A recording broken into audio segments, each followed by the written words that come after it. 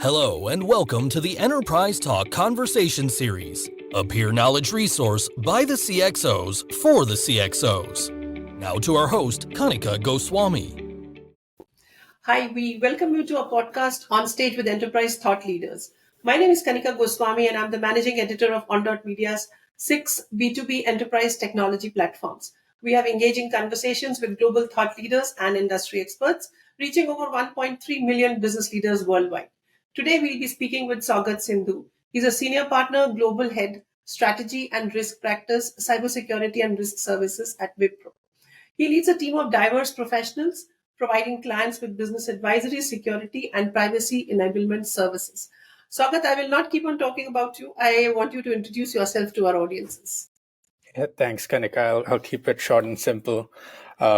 I'm based out of DC and I run the consulting business for cybersecurity and risk services at Wipro globally. So thanks for having me here. Oh, it's a pleasure.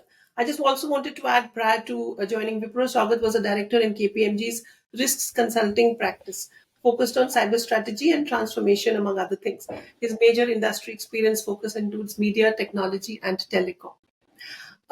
Anything you would like to share with us with what's happening in the strategy and risk practice at Wipro right now, Saugat?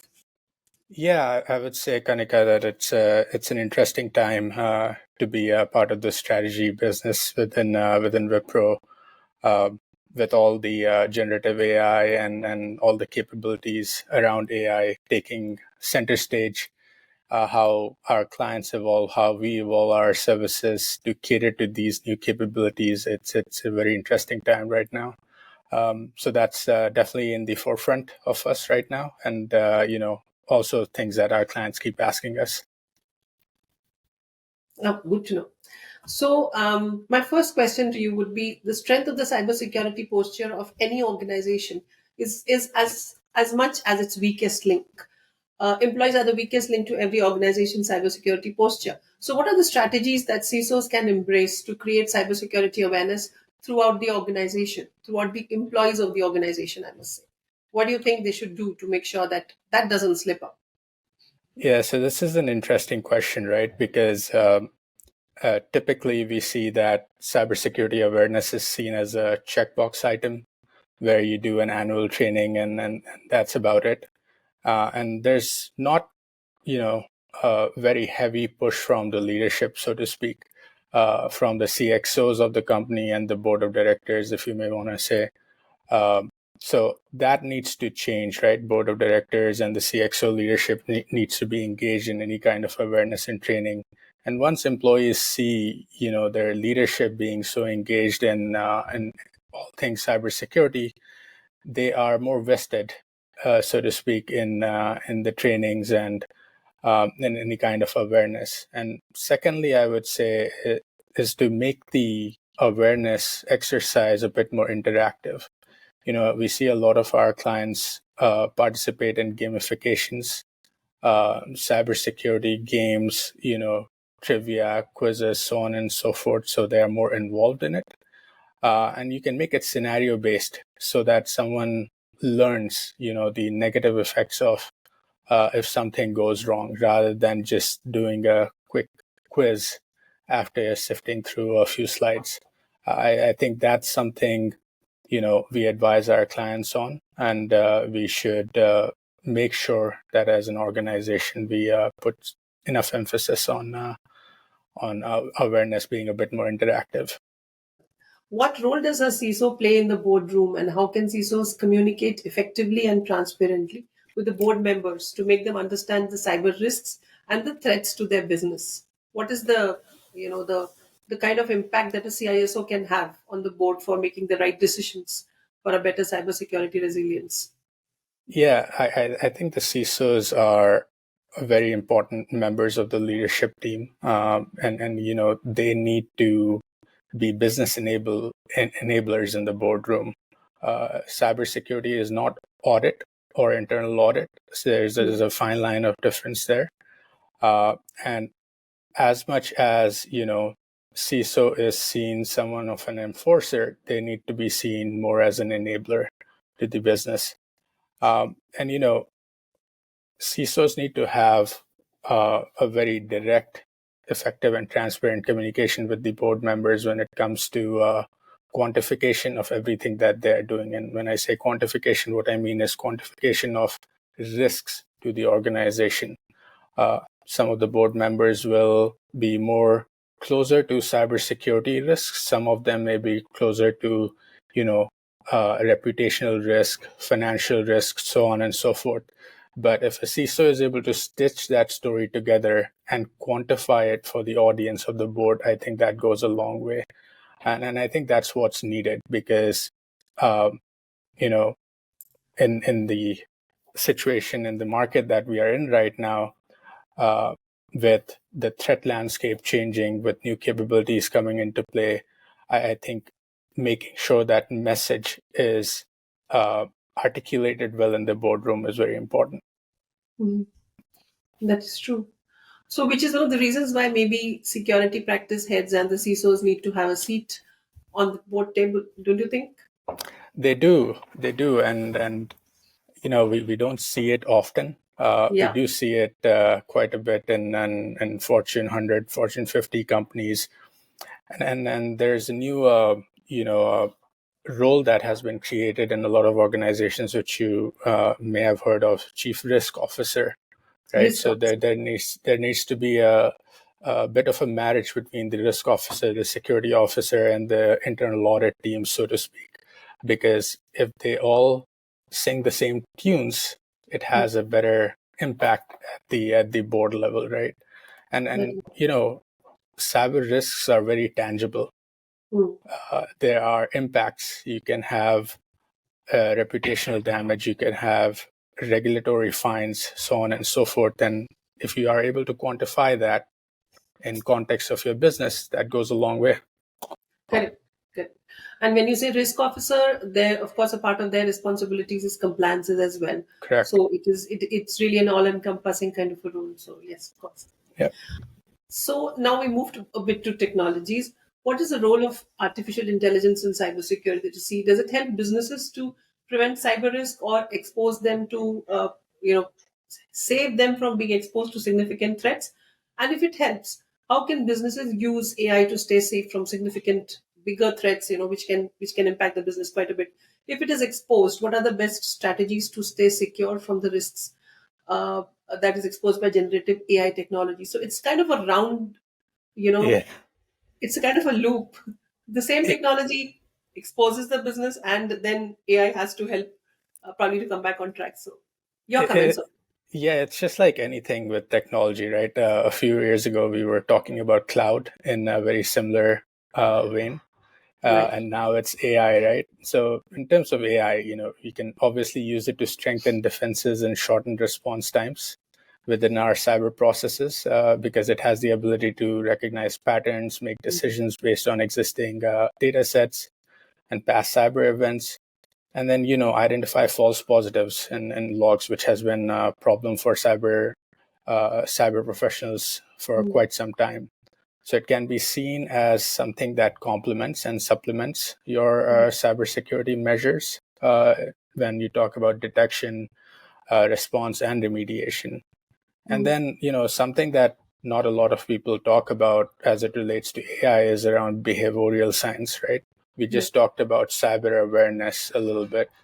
How do you inject AI into behavioral science of your employees to create a better awareness campaign and look for more insider threats, right? Those are some of the things that AI can help you with as well. And when it comes to generative AI, the risks really are around the foundations of the data, the models, right? So effective access control, data security measures are very important. Making sure that the sensitive data used in generative AI models are removed and identified adequately is very important. You don't want that becoming public at any time. And lastly, misuse and misinformation of data through generative AI models is a big problem. So I'm sure you have seen some of the things that have happened with the AI models available in the marketplace right now, whether it is Google or Microsoft. And that can only be solved through adequate governance processes. So NIST and OECD have come up with a few frameworks out there that organizations need to adapt to and then sort of amalgamate it into their generative AI capabilities. Correct. What do you think are the biggest cybersecurity threats that businesses need to be aware of today? What are the best strategies and technologies that they can, organizations can implement to stay secure from those threats? Now, there are standard tools and there are standard practices and policies which CISOs need to follow. Would you be able to think of any innovative or new technology that has, evolved very recently, which can really help in this scenario? Anything that you can share with us? Yeah, I think as we look forward, there are a couple of threats that have sort of remained from the past, and they have just sort of evolved. Infrastructure related issues continue to be a pain point. Supply chain and security of your supply chain is a big thing in the marketplace right now. And then obviously building resilience into your business processes, right, from a cyber perspective. Those things are forever there, and they're not going anywhere in terms of focus areas. The new threat landscape that has been exposed now is as a result of wide adoption of AI, right? Specifically generative AI. And I think, we talked about some of the things that we need to do as it relates to generative AI, but I think for the most part, majority of generative AI issues can be solved through strong governance. So, having a COE of sorts, where you have the legal team, you have the CISO team, you have the business teams and the HR teams, because generative AI capability should be, allowed for all the employees. They all sit and make a case for generative AI capability and sort of envelope the risks around it, thereby putting some guardrails around the use of generative AI. I think that's very important and it's needed. And in terms of some of the technologies that are out there, I've seen a lot of success being had in the marketplace when it comes to the use of machine learning with agentless scans to identify data types in your network and so on and so forth. I think that has helped preventative and detective measures quite a bit in the marketplace. And I think we should continue to invest in those areas. Right.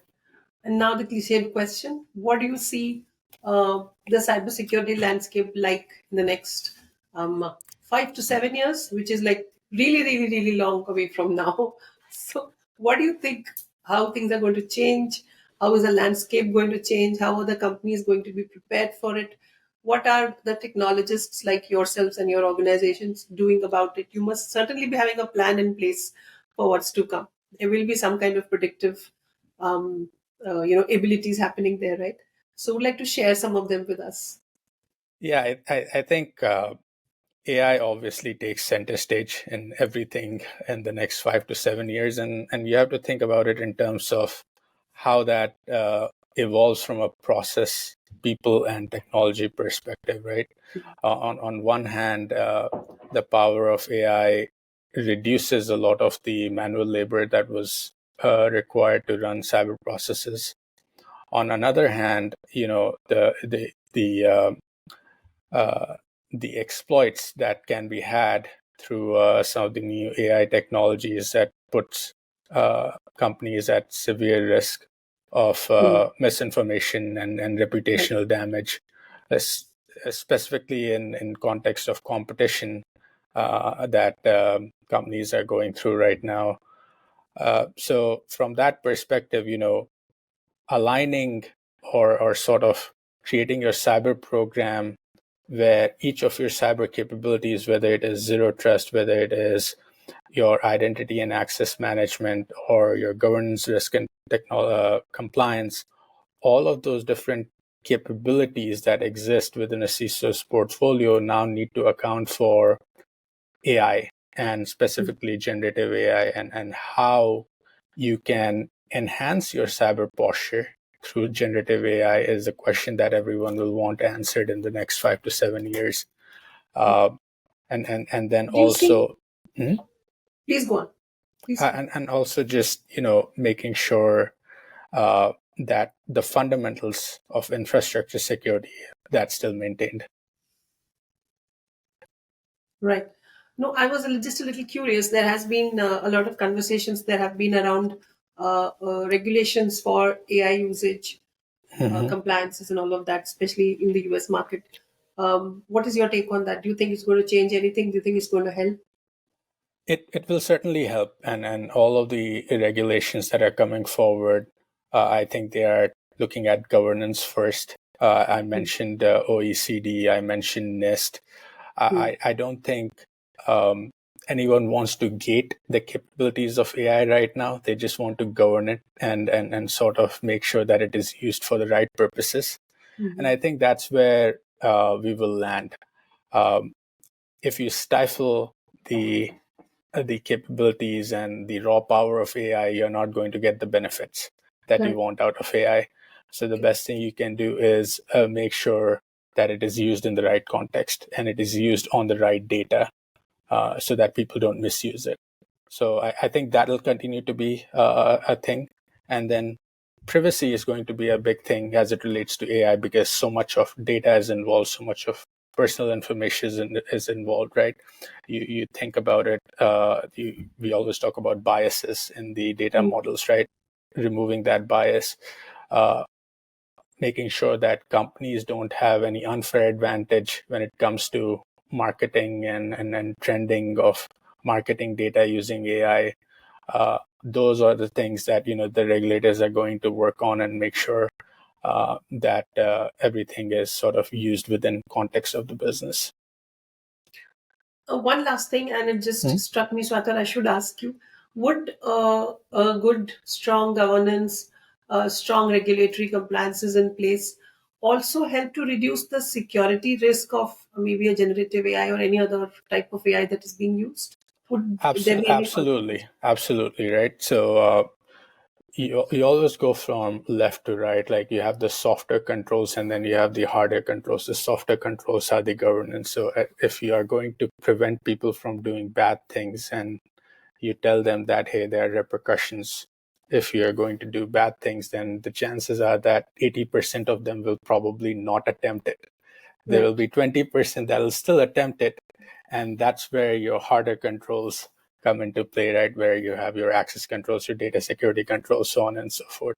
So governance is definitely going to play a very large hand and a heavy hand in everything that happens around AI, because everyone is sort of involved in the generative AI business, right? HR is involved, legal is involved, the CISO organization is involved, and most importantly, the business wants to use it because they can be more efficient, more profitable.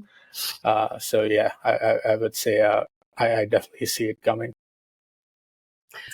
So those are the questions I had. Is it something we are missing? Is there something else you would like to share with our audiences? Saugat, something you guys may be working on? You think something is happening in the next step, some kind of evolution? I think the interaction or the intersection of cloud and AI is an interesting one, right? That we have sort of started talking about, because everything is infrastructure as a service or platform as a service, or SaaS. They have their own capabilities around generative AI and AI built into their platforms, but making sure that your security envelope covers that cloud boundary, and then the AI boundary within that cloud boundary is an interesting topic that we are looking into, and making sure that clients address that ahead of time before fully enabling generative AI in their ecosystems. That's interesting. It's the kind of interesting thing I was looking for. Thank you so much, Saugat, for your time. And I really enjoyed the conversation. Thanks so much for Yep. Thank you for having me, Kanika. Pleasure. Thank you so much for being with us. Please do follow us on social media for regular updates and new content.